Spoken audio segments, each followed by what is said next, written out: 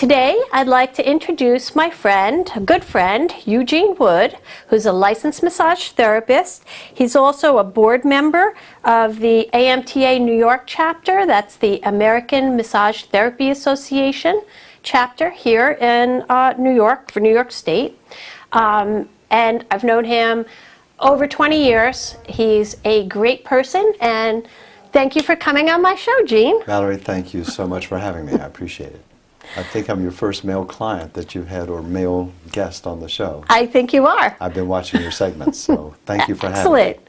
Thank you. Thanks for joining me. You're welcome. So I've known you for a long time through many different things. When I first met you, you were an IT trainer. Yes. And now you are a full-time, full-fledged, and one of the best massage therapists that I know. Oh, thank you. That's really something to say, because you've had a lot of massages. Yes. And you know, I met you through my wife, Ellen. You and Ellen went to programming school together, and we met through IT, so it's been a long relationship. It's been nice. Yes, and now we're both doing different things. Yes. Yay! Exactly. Yeah. So tell me a little bit about the different types of massage and what massage can do for you. Okay. Well, believe it or not, there's over 250 types of massage. There are? There are. Oh my gosh. Right. People know the top 10 are Swedish massage, hot stone massage, myofascial release, deep tissue, reflexology, trigger point, shiatsu, that type of thing. But I could make a massage modality myself. If I came up with a method that incorporated 2 or 3 of these aspects, I could call it the Wood method or something like that. So that's why there's over 250 types of massage. But the most prevalent is called the Swedish massage, but that's only in America. What we call Swedish in Europe, and the way it originally began, was classic massage. And some people say it was not developed by a Swede, but this gentleman who was a scholar over in Sweden, started traveling around the world, and he suffered from a lung disease and rheumatism, and he started doing these techniques on himself and actually found that they were beneficial. So he put together some techniques and called it classic Swedish gymnastics. So it was really a passive movement technique to help people that was suffering the way he was suffering, because he really had an empathy and cared. And his name was Henrik Ling, L-I-N-G. But that's, I'm just saying, that's the history of Swedish massage that we call classic massage. Right. Then there's the hot stone, which uses hot stone, etc., etc. So there's over 250 types of massage. How can it help you?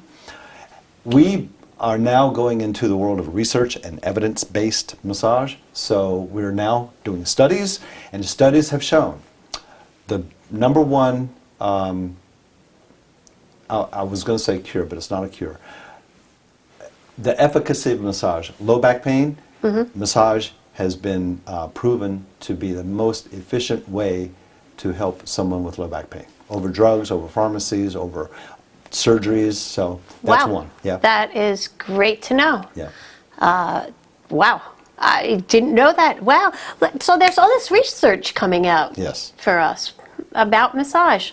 So it's not strictly just the strokey, feel good, relax, get off the table. Well, they've shown that strokey relaxation massage, what's the number one killer in America? Stress. Stress causes all of these problems. What releases stress? Massage. Massage has been shown to be the best stress reliever over NSAIDs, which are the Aleve, ibuprofen, all of those things, and other, pharmaceutical interventions. So massage to relax, because it does increase the, it lowers blood pressure, it increases circulation, and just puts you in that mellow mood and releases endorphins so that you do get up feeling good. And happy. And happy. But then the stresses of life come back, and you need another massage. Exactly. So tell me a little bit about, and tell my audience, please, why you chose to be a massage therapist. Having gone from the IT training world into the massage world, what made you think that was your calling and want to do this? Well, funny that you call it a calling, because I think it chose me. Okay. The story, and the funny story I always tell when I'm telling my story of massage is, being from the North Carolina, and in the summertime, what do kids do? They work in the tobacco fields. So what did my sister do? My sister's 4 years older than me. So she'd be in the tobacco fields and, come home, and she'd say, "Oh, Eugene, would you please rub my back? I'll pay you 50 cents. So she'd lie down, and we have a very healthy touch history, so it was very nice, and and I learned from a very early age. We were kids, and I learned at an early age that I'd find this knot or this taut band, and I'd work on it, and it would melt, and they'd say, "Well, what happened?" I'm like, "I don't know," but it felt good, and it helped the move. So that's why I say it probably called me, because ever since then, I was the go-to person. "Oh, Eugene, rub my back. Oh, Eugene," even when I was traveling with the band, the drummer, we'd be driving on the road, "Hey, can you massage my arm?" Blah. So I was kind of the go-to guy, but I never thought that I could make enough money or take the time to get educated. So when I came to New York, I took a 12-week shiatsu class and started making a living, not licensed. Bad. Bad, right. So anyway, but it was either get caught or get sued. So I said, you know what, I better give this up and go and do something where I can make some money. So I went into the IT world, which I knew back in Richmond, Virginia. So that's the idea. But anyway, after working in corporate America for a number of years, it's like, you know what, I'm tired of other people choosing my destiny for me. So let me do what I love to do and know that I'm good at doing. So I went to school. I was working full-time, going to school on nights and weekends, went to the Swedish Institute, and I don't know if you know this, but you need over 1,000 hours of education. It's a 16-month program. Yes, You learn it's a anatomy, long time. Anatomy, physiology, neurology. You learn all the systems of the body, plus the 600 muscles and the 204 bones, or 6 bones. But the point is, so I just decided to follow my passion and do, because what do they say? If you do what you love, the rest follows. So. Exactly. And I have to say, for as long as I've known you, before you were a licensed massage therapist, what did we always say? Gene, he did the best reflexology, the best foot massages. Could you rub my feet? Could you rub my back? Right, this right. hurts, No, we you're always, right, we were on vacation. Hey, here's my feet. So, yeah, you've always had a great touch, great hands-on work, and so now you've followed what you wanted to do, made it all legal. Yeah. You're licensed, Yeah. have your own practice by yourself. Yeah. So tell me a little bit, because you don't, I know you, so I know that you don't practice just these straight massage techniques. Let's talk about some of the other modalities that you do use in your practice. Okay. Well, I take this very seriously, and I think the best education is the best way to learn and excel, because in this field it's so competitive, so you really have to set yourself apart. So I was doing the Swedish, and then I learned myofascial release, and then I said... Well, what is that? Tell my audience a little bit. I don't think everybody really understands that. You're right. Including me. Myo means muscle, and fascia. There's this tissue that is the most prevalent tissue in the body, and it's called fascia. And you can look that up. Fascia, fascia. It's the most abundant tissue in the body, and it's connective tissue. Everything is covered in fascia, muscles, bones. So if you can get in touch with the fascial system, you are affecting the whole body systemically. So when you release the tight fascia, then the body can relax, and the muscles can now move into their proper position. So that's a very nice, gentle technique that is very effective. So myofascial release. You release in the fascia around the muscles. Okay. So that's one. I really got into the cranial sacral. I love cranial sacral. Cranium, brain, sacrum is the pelvic area, the hips, and that's the sacrum. So the cranial sacral system gets into the cerebral spinal fluid, which calms down the central nervous system. So what I say is I work inside out rather than outside in. The typical massage therapist strokes your body, feels your muscles, and works to calm you down. I'd rather get to the nerves that control the muscles, calm the central nervous system down. Now the muscles relax, and they're snoring on my table in 5 minutes. Yes, exactly. You know? Yes, that was me this past weekend. Right, that was nice, right. Not So- this week, actually the weekend before. Yeah, so cranial sacral, also Right. visceral manipulation. Viscera are the organs in the body. So you're manipulating the organs in the body. Because if the liver is restricted or the colon is restricted, I could have ITB, irritable bowel syndrome, or you've got some stomach issues or this or that. Visceral manipulation is a very effective technique to go deep in the body, gently, and really relieve some of these issues that people are having. Okay. And so to give everybody just a little background, Jean has been massaging me, along with many other people, for many years. I do try to go for massage on a semi-regular basis, but I'll give you one example. So one time we were in North Carolina. I happened to have a vacation house there, and Jean's sister used to live there, so we would meet up. I'm He and his also wife. licensed in North And Carolina. he's licensed in North Carolina, right. So he and his wife and I would get together, my husband too, and we would get massages from Gene. So the one time, all set up, and he starts poking and doing, and I was like, no, I just want the strokey massage. I want to just feel good, that light fluff, buff, you know, and off the table. That's what I wanted. Then 2 weekends ago, we were down there, and again, we all met up and had the massage table out, and he thinks I want the stroking massage, and I was like, oh my God, I have had this pain in my hip and the top of my buttocks. I don't know whether it's sciatica. I've had it all week. Every time I move, I want to almost fall down. So Gene concentrated on that area, didn't do the stroking massage, did his inside out. I was almost snoring on the table myself, but when I got up, pain was gone and has not come back because I was dreading my 12-hour ride back home.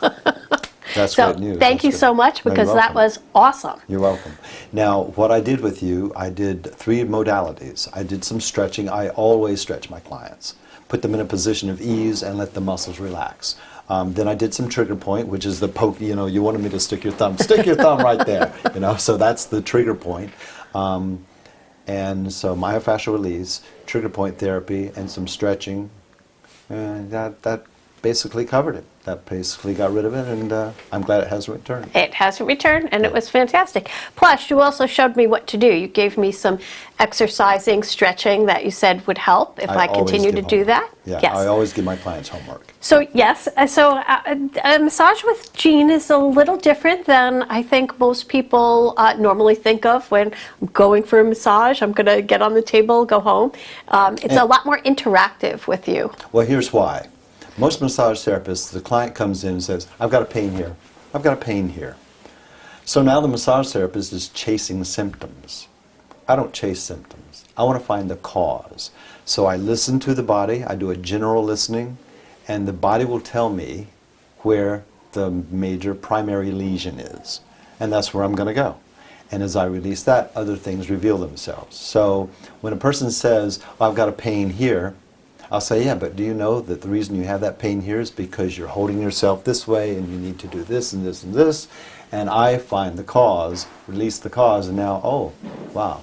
But you do have to pay attention, and you have to give it a little love, because if you didn't touch the area that was bothering them, they think you don't know what you're doing. So it's Exactly. like, I understand you feel it there, but let's go here too, and just indulge me a little bit, and I think you'll see the results. So that's really what sets me apart. Yes. So I think we touched a little bit about what makes your massage different from a normal fluff and buff, as I would call it, you know. Relaxation massage. Yes. But you also encourage meditation with your clients, correct? I give them breathing exercises. Breath is our first massage. What do we do the first thing we're born? We breathe. What's the last thing we do before we die? We take our last breath. So breathing in itself, if you learn to breathe properly, you are giving yourself a massage. Every time you take a nice deep inhalation, the kidneys move 2 centimeters into position and they come back. So all of your internal organs are getting a massage while you're breathing. So, and a lot of people don't breathe from the abdomen, but that's where 60% of the lung capacity is. The lung capacity isn't here, it's down in the back. So take nice, slow, deep inhalations. And if somebody's really amped up, a type A personality who can't relax, that's the first thing I'll do. I'll put them on their back, I'll put my hand on their abdomen, and get them in touch with the breath. And I'll say, this is the only job you have to do for the rest of this session, is breathe. So it's a nice slow inhalation, hold, a nice slow exhalation, hold. And that calms down the nervous system, and it helps me do my job better, and it makes them relax. Breath control is self-control. Breath controls the mind. And there are 50 types of breath.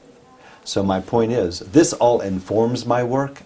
If somebody's interested and will let me go there, I'll go there with them. But if somebody's just a really sports person who doesn't know anything about that, I'll just get them in touch with the breath. They'll feel relaxed. And I don't have to go into any of the esoteric things that inform my work. Just like with the Eastern style. You know, I know shiatsu, I know the meridian points, I know that this point controls this and does that.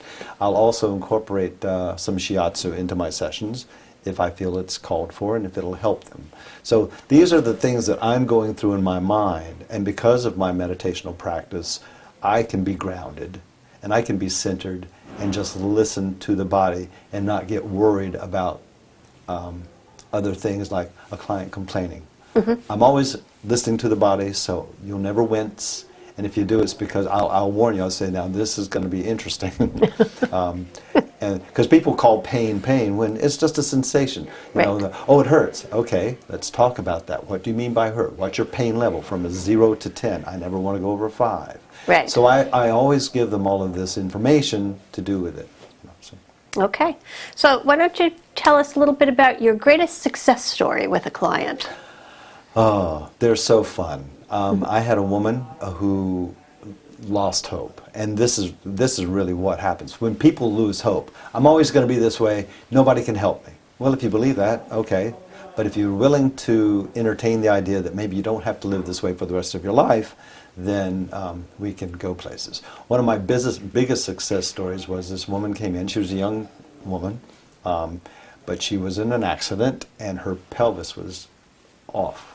And she didn't know that her pelvis was off. She just knew that she was a bartender, she chronically was on her feet, but always had this pain. And it was debilitating. She was almost going to have to go out on disability. After 3 sessions, I worked with the pelvic area and the bones, and all of a sudden we heard this pop. And it was the tailbone going back into place. The sacrum actually went back into place where it should be. She's not called me since. Oh, fantastic. But she wrote me an email. She said after 4 years, she actually has a testimony on my website, after 4 years of living in constant pain, I'm pain-free. That is excellent. Yeah. And that's what we like to hear. Yeah. That's why we love you, Eugene. Thank you. Okay, so do you think that it's more beneficial, we had this conversation in the car coming up, to do massage as a preventative and, you know, schedule regularly scheduled massages, or do you think that it's okay to come just when you're having chronic pain?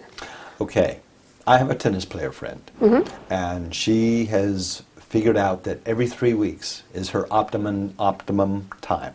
So she's got it figured out that she can go 3 weeks before she needs me again, because she plays avid tennis, and actually she had a toe operation that affected her game, because the reason she was having pain was because her gait and the way she was moving was off. So if we work on that and get her corrected, but anyway, she realizes that 1 week's too soon, a month's too late, so we've got it down to 3 weeks. So I say to you, people know, maintenance is always best. If you come to me when you're in chronic pain, you're going to have to come 5 times. Right. Or maybe, that was not a good statement to say. You can never tell how many, because you may get better sooner. But my point was, when you're in a chronic state or in a problem state, it's going to take more work, and you'll have to come until we get you back to maintenance. So why not do the maintenance? Do the maintenance, and you know, once a month, once every 2 weeks, you'll figure it out.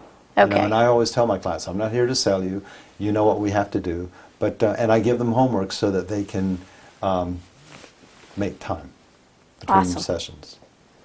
And I'll be coming to see you very soon again. Thank you. Thank you. So tell us where we can find you. Okay. I'll look at the camera. I have 2 offices, actually 3 now. I'm in Columbus Circle in Manhattan at 30 West 60th Street, working out of the Institute of Physical Therapy with Ken Frey, my mentor, whom I love. I also have an office in Wantagh at 2050 Wantagh Avenue, and at the Center for the Alignment of Body, Mind, and Spirit. And that sounds like a lot, but she's a great chiropractor, and I rent space from her. So I'm in Wantagh. I'm in Wantagh, the city, and I'll just opened an office in Seaford. So Southern Shore, Long Island, Nassau County, and Manhattan. And do you travel at all for your clients? I can, but I'd rather have them come see me, and here's why. When you're in your own environment, the phone's ringing, the cat's there, what about the space? It's really good to get the client out of their environment so that they can really let go rather than be worried about what's going on around them. And that's an excellent point. Yes. Because I think you just don't really relax sometimes when you're in your own environment. That's right. So they should come and see you. That's and right. telephone number? 917-952-8052. Once again, 917-952-8052. I do that for fun. It's fun. Yes, you do. Thank you all so much for tuning in. I encourage you to go see Eugene. He is an awesome massage therapist. You won't be disappointed, and you might be pleasantly surprised at how much better you feel. Let's play this game. If you call and mention this show, I'll give you $10 off your first session. Awesome. Take advantage of that. Thank you so much, and I'll see you next week. This is Valerie Graham for Natural Bliss.